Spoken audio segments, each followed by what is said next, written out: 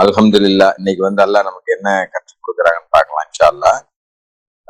இன்ஷா அல்லாஹ் இன்னைக்கு நம்ம குர்ஆன்ல இது நம்ம மறக்க வேண்டாத ஒரு விஷயம், மறக்கவே கூடாத ஒரு விஷயம், எப்பவுமே ஞாபகம் வச்சுக்கிட்டே இருக்க வேண்டிய ஒரு விஷயம், நம்முடைய நம்பிக்கைய வெளிப்படுத்துவதற்கான ஒரு விஷயம்.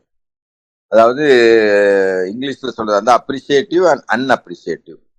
நன்றி செலுத்துபவர்கள் இல்ல நன்றி செலுத்தாதவர்கள், இப்படிதான் ரெண்டு. நன்றி செலுத்துபவர்கள் இல்ல நன்றி செலுத்தாதவர்கள். இந்த இரு தரப்பினரை பற்றி குர்ஆன் நிறைய விஷயம் சொல்லுது. நம்ம ஒரு வசனங்களை சொல்லிட்டு பார்த்துட்டு எப்படி நன்றி செலுத்தலாம் அப்படிங்கிற விஷயத்தை நம்ம பார்க்கலாம் இன்ஷா அல்லாஹ். இது நம்ம மறக்க கூடாத, ஞாபகத்துல இருந்து மறந்துடவே கூடாது. நம்ம ஏதாவது ஒரு நல்லது அனுபவிக்கிறோம் அப்படின்னா நம்ம உடனே மனசுல இருந்து தோணுது, நான் இப்படி யோசிச்சேன் அதனாலதான் எனக்கு இது இப்படி கிடைச்சிச்சு அப்படின்னு சொல்றோம். இல்ல என்னுடைய புத்திசாலித்தனத்தாலதான் இதை நான் அடைஞ்சேன், இல்ல இன்னார் உதவி செஞ்சதுனாலதான் எனக்கு இது கிடைச்சிச்சு அப்படின்னு உடனடியா நினைக்கிறோம் இல்லையா? அதுக்கு முன்னாடி அல்லாஹ் அல்ஹம்துலில்லாஹ் அல்லாஹ்வுடைய கிருபையினாலதான் இதெல்லாம் எனக்கு கிடைச்சிச்சு அப்படின்னு நினைக்கிறது தான் நன்றியோட இருக்கிறது. அப்படி இல்லாம இல்ல நான் தான் காரணம், இல்ல நான் தான் எல்லாத்தையும் புத்திசாலித்தனமா செஞ்சேன் நம்ம மனசுல நினைப்பு வந்துச்சா வெளியே சொல்ல தேவையில்லை, அது நன்றி கெட்டத்தனம். அதாவது நன்றியோட இருந்தா என்ன, அதாவது நன்றி செலுத்துபவர்கள் என்பவர்கள் அல்லாஹ்வின் அருள் கொடைகளை அங்கீகரித்து நன்றி கூறுவோம், நன்றி சொல்றோம். அல்லாஹ்வுடைய அருள் கொடை அதை அங்கீகரிச்சுட்டு நம்ம சொல்றக்கூடியது பேர் தான் நன்றி. இதனால நமக்கு என்ன கிடைக்கும்னா ஒரு தெய்வீக அருள், இறைவனுடைய அருளும் ஆன்ம வளர்ச்சியும் கிடைக்கும். அது வசனம் சொல்லுது அப்படி. இன்ஷா அல்லாஹ் அதை நம்ம பார்க்கிறோம் வரிசையா ஒரு வசனமா. இதுக்கு நேர் எதிரா நன்றி செலுத்தாதவர்கள் அவங்க யாருன்னா கடவுளின் அருள் கொடைகளை அங்கீகரிக்க தவறியவர்கள். நான் சொன்னேன் இல்லையா, அதாவது லேட்டா சொல்றோம் அல்லாஹ்வுக்கு. ஏதாவது கஷ்டம் வந்தா அல்லாஹ்வை தேடுறோம், மகிழ்ச்சியில நம்ம அல்லாஹ்வை தேடுறதே இல்லை. ஆனா மகிழ்ச்சியில அல்லாஹ்வை தேடும் போதுதான், அதாவது எப்ப கஷ்டம், அதாவது நடுக்கடல சொல்றாங்க இல்லையா, நடுக்கடல போய் நின்னா அல்லாஹ்ன்றோம், அல்லாஹ் காப்பாத்திடுறாங்க. ஆனா கூப்பிட்டு கரையில விட்டவன அப்படி கூப்பிடாத மாதிரியே மறந்து போயிடுறான் அப்படின்னு சொல்றாங்க. அதுதான் நன்றி கெட்டத்தனம். அதனாலதான் நம்ம மகிழ்ச்சியா இருக்கும்போது நம்ம அல்லாஹ்வை நினைக்கிறோமா? துக்கப்படும் போது கண்டிப்பா நினைப்போம், கஷ்டப்படும் போது கண்டிப்பா நினைப்போம், அதுல ஒண்ணும் சந்தேகமே இல்லை. ஏன்னா அவரை விட்டா வேற வழி இல்லைன்னு நமக்கு நல்லா தெரியும். ஆனா நம்ம மகிழ்ச்சியில திளைச்சிருக்கும் போது, மகிழ்ச்சியான விஷயங்களை பார்க்கும் போது, கேட்கும் போது, நடக்கும் போது நாம அல்லாஹ்வுக்கு நன்றி செலுத்துறோமா, அல்லாஹ்வுக்கு நன்றி செலுத்துறோமா அப்படிங்கிறது தான். அப்போ நன்றி செலுத்தாதவர்கள் அல்லாஹ்வுடைய அருள் கொடைகளை அங்கீகரிக்க தவறியவர்கள் அல்லது நன்றி காட்டாதவர்கள். இது இந்த உலகத்துல இந்த நன்றி செலுத்தாதவர்கள் இந்த உலகத்திலையும் மறுமையிலும் எதிர்மறையான விளைவுகளைத்தான் அவங்களுக்கு உண்டாக்கும். அது குர்ஆன் வசனம் சொல்லுது. இந்த இரண்டு நிலைகளில் ஒன்றை தேர்ந்தெடுப்பது மனிதனுடைய குணாதிசயத்துக்கும் நம்பிக்கைக்கும் ஒரு சோதனையா இருக்கு. அவனுடைய இயல்பான அல்லாஹ் சொல்றாங்க இல்லையா, கஞ்சத்தனமா இருக்கான், கோழையா இருக்கான், அதுக்கும் நன்றி செலுத்தணுங்கிறதும் ஒரு சோதனையா தினசரி இருக்கு. அதனாலதான் காலையில இருந்து நைட்டு வரைக்கும், நைட்டு படுக்கும்போது நம்ம யோசிக்கிறோமா, இன்னைக்கு என்னென்னலாம் கிடைச்சிச்சு, நல்லது கிடைச்சாலும் கெட்டது கிடைச்சாலும் அல்லாஹ்வுக்கு நன்றி சொல்றோமா? நாம நினைச்சதுபடி நடந்திருந்தாலும் நம்ம நினைச்சபடி நடக்கலனாலும் அல்லாஹ்வுக்கு நன்றி சொல்றோமா அப்படிங்கறத பார்க்கணும். ஏன்னா நினைச்சபடி நடந்தாலும் அல்லாஹ்வுக்கு நன்றி, நினைச்சபடி நடக்கலனாலும் அல்லாஹ்வுக்கு நன்றி சொல்லணும். ஏன்னா அல்லாஹ் நம்மளை காப்பாத்திருக்காங்க சில விஷயத்துல இருந்து, இல்ல அதை விட சிறந்ததை தருவதற்காக நம்மளை தேர்ந்தெடுத்திருக்காங்க. இப்படி நினைச்சு நன்றி செலுத்துறோமா அப்படிங்கறத நம்ம பார்க்கணும். இன்ஷா அல்லாஹ் இப்ப நம்ம வசனத்தை பார்ப்போம். சூரா அல் கலம் பேனா அத்தியாயத்துல ஒரு கெட்டவரை பத்தி அல்லாஹ் சொல்லும் போது அவனை நன்றி செலுத்தாதவன் பேராசைக்காரன் சொல்றாங்க. நன்றி செலுத்தலைன்னா பேராசைக்காரன் சொல்றாங்க. 68:13 அதை நம்ம பார்க்கலாம். அந்த வசனத்தை படிக்கிற கடைசியில் கூட நன்றி செலுத்தாதவன் பேராசைக்காரன் சொல்றாங்க. 76 அல் இன்சான் அத்தியாயத்துல மனிதன் தான் அந்த நிச்சயமாக நாம் அவனுக்கு நேரான வழியை காட்டினோம், அவன் நன்றி செலுத்துவனாக இருந்தாலும் சரி அல்லது நன்றி செலுத்தாதவனாக இருந்தாலும் சரி, ரெண்டு வழி தான் காட்டியிருக்கும். ஒன்னு அப்ரிசியேட்டிவ், இன்னொன்னு அன்அப்ரிசியேட்டிவ். இதுல என்ன சொல்றாங்க, ரெண்டு வழி. அப்ரிசியேட் பண்ணிட்டு போறது, எல்லா மனிதனுக்கு சரியான பாதையை காட்டியுள்ளார் என்பதையும், நன்றி செலுத்துபவனாக அல்லது நன்றி செலுத்தாதவனாக இருப்பதற்கான தேர்வு ஒவ்வொரு நபரின் கையில் உள்ளது. இந்த வசனம் நேரான பாதையை காமிச்சிருக்கேன். ஒன்னு அப்ரிசியேட்டிவ் இல்ல அன்அப்ரிசியேட்டிவா இருக்கிறதுக்கு.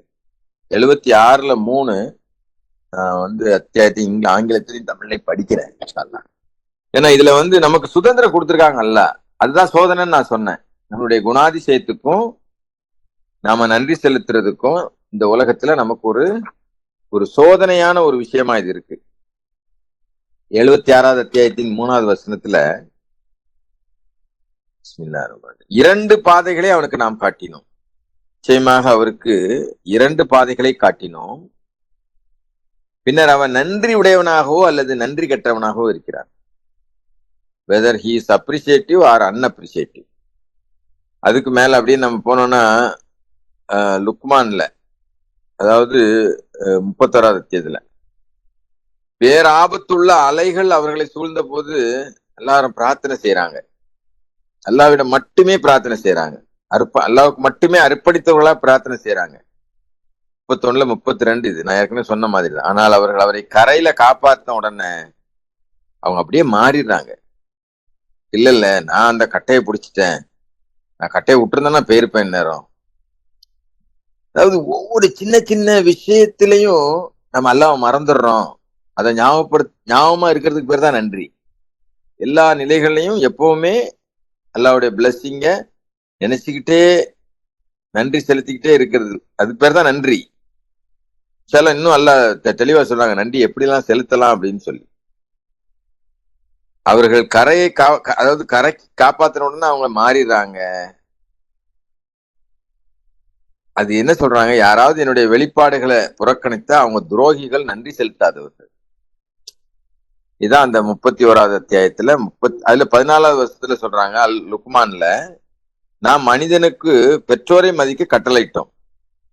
அவன் தாய் அவனை சுமந்து அவனை பால் குடிக்கிற மாதிரி 2 ஆண்டுகள் தீவிர கவனம் செலுத்துறாங்க. அந்த 2 ஆண்டு அந்த இன்ஃபினிட் அந்த அதாவது அந்த நம்மளை வந்து தொடர்ந்து ஒரு 30 மாசம் கவனிக்கிறாங்க இல்லையா, நம்முடைய பெற்றோர்களோ நம்மளை வளர்க்குறவங்களோ செவிலித்தாயோ தாயோ வீட்டுல உள்ளவங்களோ, இல்லாட்டா தாய் தான் மிகுந்த அக்கறையோட இருப்பாங்க, தீவிர கவனம் செலுத்தாங்க. நீங்கள் எனக்கும் உங்கள் பெற்றோருக்கு, அதனாலதான் சொல்றாங்க எனக்கும் நன்றி செலுத்துங்க உங்கள் பெற்றோருக்கும் நன்றி செலுத்துங்க அப்படின்னு. ஆனா இங்க இப்ப நம்ம நடைமுறையில எப்படி இருக்கு, பெற்றோரை ஒருமையில பேசுறதும் மதிக்காம நடக்கிறதும், இல்லாட்ட வந்து வச்சு சாப்பாடு போடுறதுக்கே ரொம்ப கஷ்டப்படுறாங்க. இல்லாட்ட முதியோர் இல்லமே வர வேண்டிய அவசியமே இல்லை. இந்த வசனத்தை மதிச்சா, பெற்றோருக்கு நன்றி செலுத்தினா, அதாவது என்ன நினைக்கிறாங்க, நாம நமக்கு பெற்றோர் எது செய்யணும்னு அவசியம் இல்லை, அல்ல அவங்க எதுவுமே நமக்கு செய்யணும்னு அவசியம். ஆமா, நாம எதுவுமே செய்யாம இருக்க முடியாது. அவங்க எதுவுமே செய்யணும், அவங்க நம்மளை பெத்து வளர்த்துருக்காங்கல்ல, அது மட்டும் போதும், வேற எதுவும் செய்ய தேவையில்லை. ஆனா என்ன சொல்றாங்க, உனக்கு புத்திசாலித்தனமா பொழைக்க தெரியல, நீ எங்களுக்கு எல்லாம் சேர்த்து வைக்கல, மத்தவங்கள பாத்தியா எப்படி எல்லாம் பண்ணி வச்சிருக்காங்க அப்படின்னு. அதாவது எனக்கு தெரிஞ்சு எங்க சொந்தக்காரெல்லாம் ஒருத்தர் கேட்டிருக்காரு, என்ன ஏன் மேன் பெத்த இவ்வளவு வசதி இல்லாம அப்படின்னு சொல்லி எல்லாம் கேட்டிருக்காங்க. அதாவது அது என்ன, அல்லாவை பற்றியும் பெற்றோரை பற்றியும் அறியாததுனால. அதனால சொல்றாங்க, பெற்றோரை மதிக்க நாம் அல்லாவுடைய கட்டளை பெற்றோரை மதிக்கிறது. 31:14 எவ்வளவு ரெஸ்பெக்ட் கொடுக்கணும். கொஞ்சம் வளர்ந்த உடனே, கொஞ்சம் சம்பாதிக்க ஆரம்பிச்ச உடனே, கொஞ்சம் தாங்கால நிக்க ஆரம்பிச்ச உடனே யாருமே மதிக்கிறதே இல்லை. ஆண் பெண் எல்லாருமே அப்படிதான், உலகம் அப்படிதான் இருக்கு. ஏன்னா குரானுடைய ஞானம் அங்க போய் சேரல, குரானுடைய அறிவு அங்க இல்ல, நன்றினா என்னன்னு தெரியல, எப்படி செலுத்தணுங்கிறத புரியல. எந்த விஷயம் புரிஞ்சிருச்சோ அதுதான் கொஞ்சம் அந்த சின்ன பிள்ளைங்க திக்ர் பண்ணாங்க, இது புரியவே தேவையில்லை, இது அவங்க வந்து கூட சேர்ந்து பண்ணிட்டாங்கன்னு வைங்களேன், ஆட்டோமேட்டிக்கா அதாவது ஒரு இடத்துல நம்ம இந்த மாதிரி ஒரு பேபி கிளாஸ் நாங்க 100 kg, அதாவது எல்கேஜிக்கு கீழே உள்ள பிள்ளைங்க, அதாவது ஒரு 2 hour 3 hour வீட்டுல இருந்து கொண்டு விட்டு பழக்கம் பண்ணுவாங்க இல்லையா, அந்த பிள்ளைங்க போனா கச்ச கச்ச கச்ச கச்ச கச்ச சத்தம் போட்டுக்கிட்டே இருக்குமா, எப்ப பார்த்தாலும் பேசிட்டே இருக்குங்க. அவங்க ஒரு ஸ்கூல்ல வந்து பிராக்டிஸ் பண்ணியிருக்காங்க. நம்ம இது வந்து யார் எனக்கு சொன்னது அப்படின்னா, நம்ம சிலருக்கு அவரை தெரியும், ஒரு பையன் அக்ரம்னு ஒரு பையன் 400 லாங்குவேஜ் டைப் பண்ணுவான். அவங்க ஃபாதர் எனக்கு சொன்னார், அவர் வந்து ஒரு திக்ர் கேசட்டை கொடுத்து போட சொல்லியிருக்கிறாரு. இவங்க டெய்லி கிளாஸ் ஆரம்பிச்சோன்னு போட்டோன்னு அந்த அந்த அந்த பிள்ளைங்களாம் அப்படியே அமைதி ஆயிட்டாங்க, தொடர்ந்து அவங்க அதை வழக்கமா ஆக்கிட்டாங்களாம். இது இப்ப நடந்தது இல்லை, 10-15 வருஷத்துக்கு முன்னாடி அவர் சொன்னது. லாயிலாக இல்லல்லான்னு ஒரு திக்கர், லாயிலாக இல்லல்லான்னு ஒரு திக்கர் இருக்கு. அந்த திக்கரை அவர் கொடுத்து போட சொல்லியிருக்கிறார். இது எதுக்கு சொல்றேன்னா, நமக்கு அறியாமலே நம்ம அல்லாஹ்வுடைய இதுல இருந்தோம்னா அமைதி ஆயிரும். அடுத்து பாருங்க, நான் சப்ஜெக்ட் மாறி போனா, இதே லுக்மான் அத்தியாயத்துல 12வது வசனத்துல சொல்றாங்க, லுக்மானுக்கு நாம் ஞானத்தை வழங்கினோம், நீங்கள் அல்லாஹ்வுக்கு நன்றி செலுத்துங்கள். யார் நன்றி செலுத்துகிறார்களோ அவர்கள் தங்களுடைய நன்மைக்காகத்தான் நன்றி செலுத்துறாங்க. நன்றி செலுத்தாதவர்களை பொறுத்தவரை அல்லாஹ் எந்த தேவையும் அற்றவர், புகழுக்குரியவர். அதனால நம்ம நன்றி செலுத்துறோம் அப்படின்னா, அத இன்னொரு வசனத்துல சொல்றாங்க, மேல இடத்துல பின்னாடி இருந்து நான் வந்துட்டு இருக்கேன், நம்முடைய நன்மைக்காகத்தான். அல்லாஹ்வுக்கு எந்த தேவையும் இல்லை. அல்லாஹ் அவர் தேவை, அல்லாஹ் சமது இல்லையா, அல்லாஹ் பரிபூரணமானவர், அவருக்கு எந்த தேவையும் இல்லை. இது இப்ராஹிம் அத்தியாயத்துல சொல்றாங்க, 14வது அத்தியாயத்துல 37வது வசனத்துல, எங்கள் இரட்சகரே அவர்கள் தொடர்பு தொழுகைகளையும் கடைபிடிப்பதற்காக மக்கள் கூட்டம் அவர்களை நோக்கி வரட்டும், மேலும் அவர்கள் நன்றி செலுத்துவதற்காக அவர்களுக்கு எல்லா வகையான கனிகளையும் வழங்குவாயாக. நம்ம பழங்கள்லாம் சாப்பிடுறோமே, எல்லாம் எசன்ஸ் பழங்கள்னா இது பொதுவா அப்படியே லட்டு மாதிரி நமக்கு எல்லாம் ஒன்னையும் தராங்களே, எதுக்குன்னா நம்ம நன்றி செலுத்துறதுக்காக. அதே இப்ராஹிம்ல அத்தியாயத்துல, நீங்கள் அவரிடம் வேண்டு எல்லாம் நம்ம கேட்கறது எல்லாத்தையும் எல்லாம் தராங்களாம். நீங்கள் அவரிடம் வேண்டுவது அனைத்தும் அவரே உங்களுக்கு என்னெல்லாம் கேட்கிறோமோ அதெல்லாம் அல்லாஹ் தான் வழங்குறாங்க. அல்லாஹ்வுடைய அருள் கொடைகளை நீங்கள் கணக்கிட்டால் அவற்றை ஒருபோதும் முழுமையாக அறிந்து கொள்ள முடியாது. காலையில பால்காரன் வீட்டுக்கு பால் கொண்டு போடுறாங்க, பேப்பர் கொண்டு போடுறாங்க, இல்ல பால் எங்க இருந்தோ கொண்டு வந்து வைக்கிறாங்க, நம்ம போய் கடையில வாங்குறதுக்கு ரெடியா வச்சிருக்கிறாங்க. ஒரு கடைக்கு போறோம், சாப்பாடு ஆர்டர் பண்றோம், நம்ம கொடுக்குற அந்த காசுக்கும் அந்த சாப்பாட்டுக்கும் சம்மந்தமே கிடையாது. 50 ரூபா கொடுத்து இட்லி சட்னி சாம்பார்லாம் வாங்குறோம் அப்படின்னு சொன்னா எவ்வளவு பெரிய பிளானிங். போன ஜும்மால, இந்த ஜும்மாக்கு முன்னாடி போன ஜும்மாவுக்கு பயான் பண்ணியிருந்தார் பிளானிங்கை பத்தி. எல்லாம் அவரு அந்த மீன் வயிற்றுல இருந்தவர் கரெக்டா ஒரு இடத்துல வராரு, அல்லாஹ் அவருக்கு ஒரு அங்க மரத்தை நான் வச்சிருந்தேன்னு சொல்றாரு, நான் பிளான் பண்ணி வச்சிருக்கேன்னு சொல்றாரு. இந்த மாதிரி தான் தினசரி நமக்கு கிடைக்கக்கூடிய எல்லா விஷயமுமே அல்லாஹ்வுடைய ஒரு பெரிய திட்டம் அதுக்கு பின்னாடி இருக்கு. அந்த திட்டத்தை நினைச்சாலே நம்ம அல்ஹம்துலில்லாஹ் சொல்லிக்கிட்டே இருக்கலாம். ஒவ்வொன்றும் சொல்லி வச்ச மாதிரி நம்ம நினைச்ச மாதிரிலாம் நடக்குது. அப்போ அதெல்லாம் எவ்வளவு பெரிய பிளானிங். நீங்க அவர்கிட்ட கேட்கறதெல்லாம் அல்லாஹ் உங்களுக்கு தராங்க. நீங்க அல்லாஹ்வின் அருள் கொடைகளை அதெல்லாம் கணக்கிட்டாலும் எப்படி கணக்கிருக்கிறது?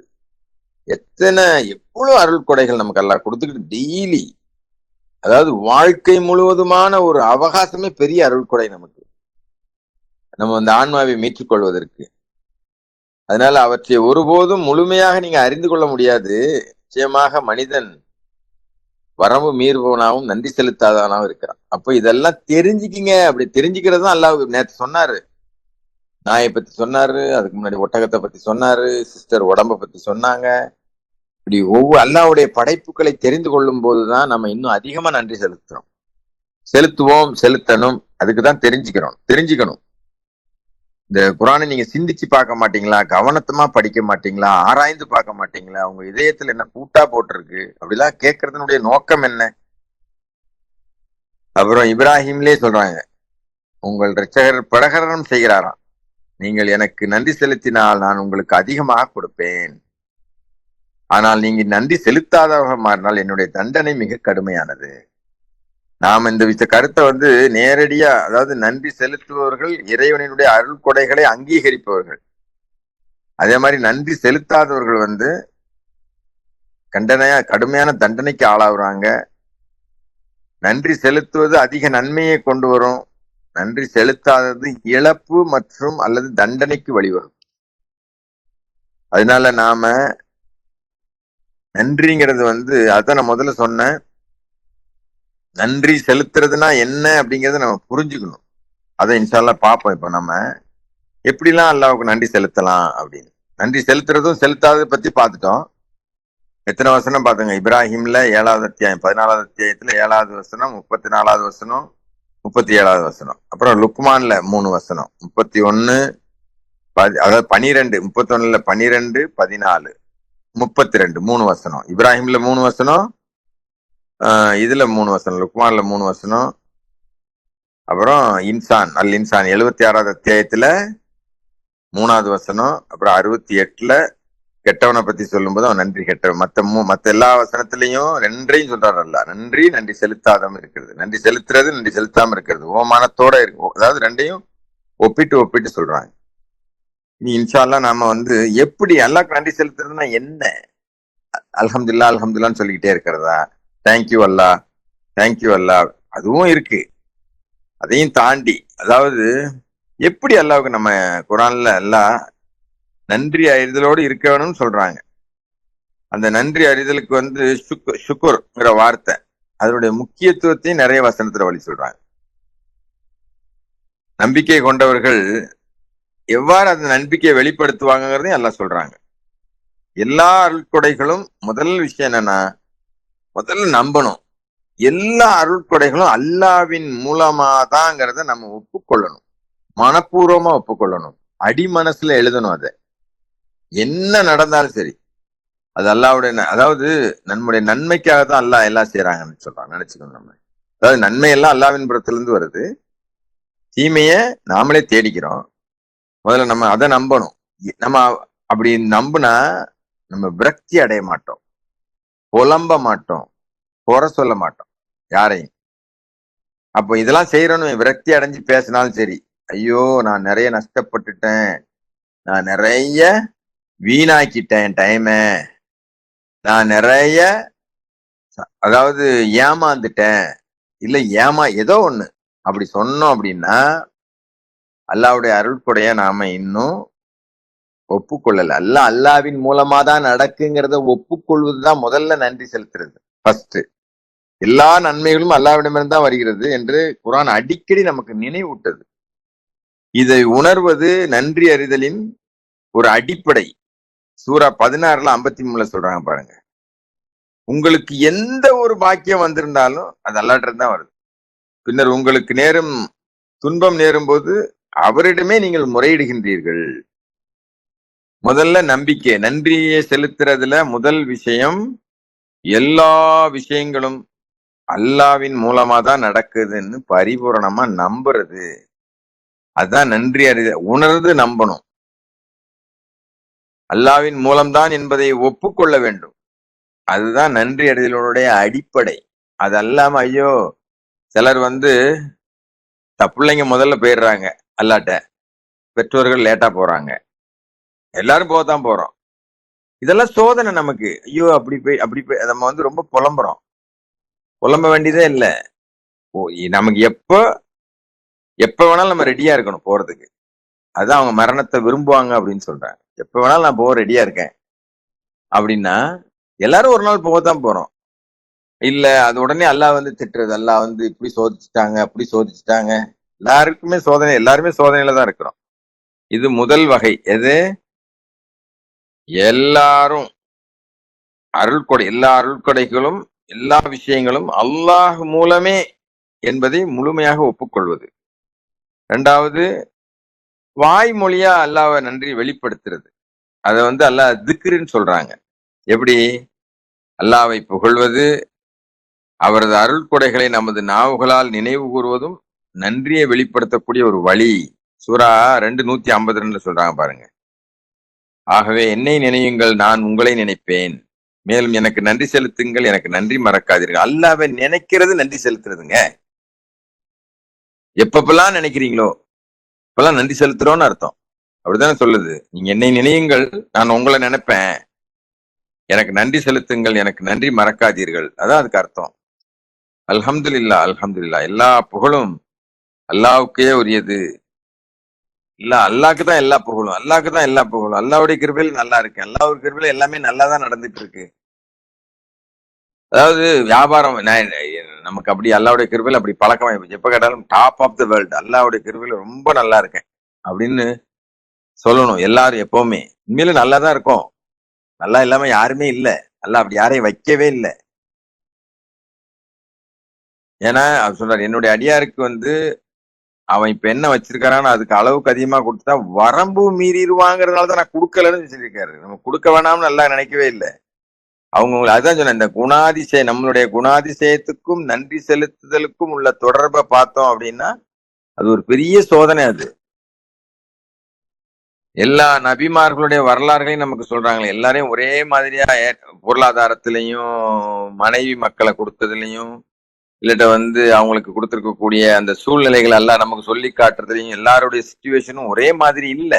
மூசா பெரிய அரண்மனையில வாழ்ந்தாரு, ஆனா நாடோடி மாதிரி சுத்தினாரு.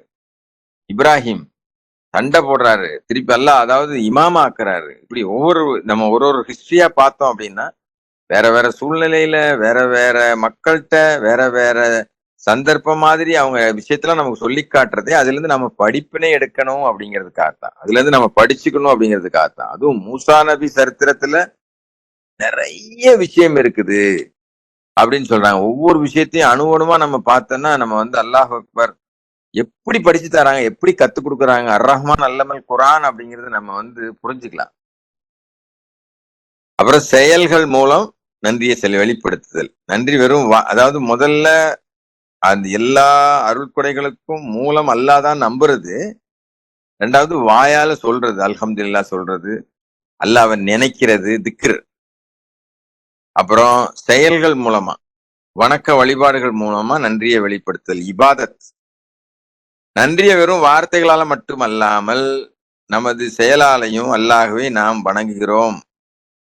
உள்ள தூய்மையோடு, அதாவது சலாத் தொடர்பு தொழுகையை பண்புறது, தக்வாவோட நோன்பு வைக்கிறது, மனமு தர்மம் கொடுக்கறது. ஏதோ வேண்டாததுக்கு ஐயோ நான் சொல்லிட்டேமே அப்படின்னு இல்லாம, ஏன்னா கொடுத்தா திருப்பி வரும் அந்த மாதிரி நம்பிக்கையோட கொடுக்கறோமா. எதை கேட்டா மிச்சம் இருக்கிறத கொடுங்க. அப்ப எது மிச்சம் இருக்குதுன்னு யாரு முடிவு பண்றது? இது யார்ட்டையுமே கேட்க முடியாது. அல்லாஹ் போதுமானவர் இல்லையா நமக்கு? அல்லாஹ்வுடைய வாக்குறுதி, அதாவது அல்லாஹ்வுடைய வாக்குறுதியை விட வேற என்ன வேணும் நமக்கு? அதனால தர்மம், அதாவது உள்ள தூய்மையோட தொடர்பு தொழுகையை நிலைநிறுத்துறது, உள்ளச்சத்தோட நோன்பு வைக்கிறது, அப்புறம் மனம் தர்மம் ஜக்காத் கொடுக்கிறது, பிரார்த்தனை செய்வது. இதெல்லாமே நன்றி அறிதலே வெளிப்பாடு. நன்றி அறிதலுடைய வெளிப்பாடு தான். அதனால பிரார்த்தித்து கொண்டிருக்கும் காலமெல்லாம் அவங்க வழி தவறி போக சாத்தியமே இல்லை. பிரார்த்தனை வழிபாட்டின் ஒரு வடிவம். இந்த குர்ஆன் வசனங்கள்லாம் எப்ப ஞாபகம் இருக்கும் நமக்கு? அப்புறம் அல்லாஹ் நமக்கு தந்திருக்கக்கூடிய அந்த அருள்கொடைகளை பயன்படுத்துவதும் மற்றவர்களுக்கு உதவுவதும். அல்லாஹ் நமக்கு பல பாக்கியங்களை நமக்கு தந்திருக்கிறாங்க. சிலருக்கு செல்வத்தை கொடுத்து பாக்கியம் செஞ்சிருக்காங்க, சிலருக்கு அறிவை கொடுத்து பாக்கியம் செஞ்சிருக்காங்க, சிலருக்கு நேரத்தை கொடுத்து பாக்கியம் செஞ்சிருக்காங்க, சிலருக்கு உடல் வலிமையை கொடுத்து பாக்கியம் செஞ்சிருக்காங்க. நம்மளால யாருக்காவது ஏதாவது உதவ முடியுமா? அதாவது எதையெல்லாம் அல்லாஹ்வுக்கு செய்ய சொல்றாரோ அது அல்லாஹ் மற்றவங்களுக்கு தான் செய்ய சொல்றாரு. அல்லாஹ் எந்த தேவையும் இல்லாதவர். அல்லாஹ் நமக்கு அளித்த பாக்கியங்களை அவருக்காக, அவரை மனசுல நினைச்சு மற்றவர்களுக்கு பயனளிக்கும் விதமாக பயன்படுத்துவது நன்றி செலுத்துறதுல மிக முக்கியமான ஒரு அம்சம். இது நாம மத்தவங்க மேல ஒரு நல்ல வார்த்தை சொல்றது. எனக்காக பிரார்த்தனை பண்ணுங்க. நமக்காக வானவர்கள் பிரார்த்திக்கிறாங்க, அல்லாஹ் நமக்கு சொல்லி காட்டுறாங்க. நம்பிக்கையாளர்களுக்காக வானவர்கள் பிரார்த்தனை செய்யறாங்க. நம்ம மற்ற நம்பிக்கையாளர்களுக்கு ஒரு இடத்துல சொல்லி காட்டுறாங்க, நம்பிக்கை கொண்ட ஆண்களையும் நம்பிக்கை கொண்ட பெண்களையும் நீர் மன்னிப்பீராக. அப்ப அது இது இது இது கருணையா இருக்கிறது. தர்மம் போன்ற செயல்கள் எல்லாமே தர்மம் அல்லாஹ்வுக்காக கொடுக்குறேன். எனக்கு உன்கிட்ட இருந்து எந்த பிரதிபலனும் வேண்டாம். நீ என்ன, நான் தர்மம் கொடுத்ததுக்கு அப்புறம் நீ என்ன வேணாலும் என்ன திட்டினாலும் நான் எனக்கு எந்த மன கிளர்ச்சியும் வராது. நம்ம என்ன சொல்றோம்? என்கிட்ட வாங்கி தின்னுட்டு இப்படி பேசுறான் பாரு அப்படின்னு நம்ம சொல்றோம். அப்படிலாம் சொல்லக்கூடாது. ஒவ்வொன்றும் அல்லாஹ்வுக்காக நம்ம செஞ்சாதான் உண்மையிலே நன்றி செலுத்துறோம்.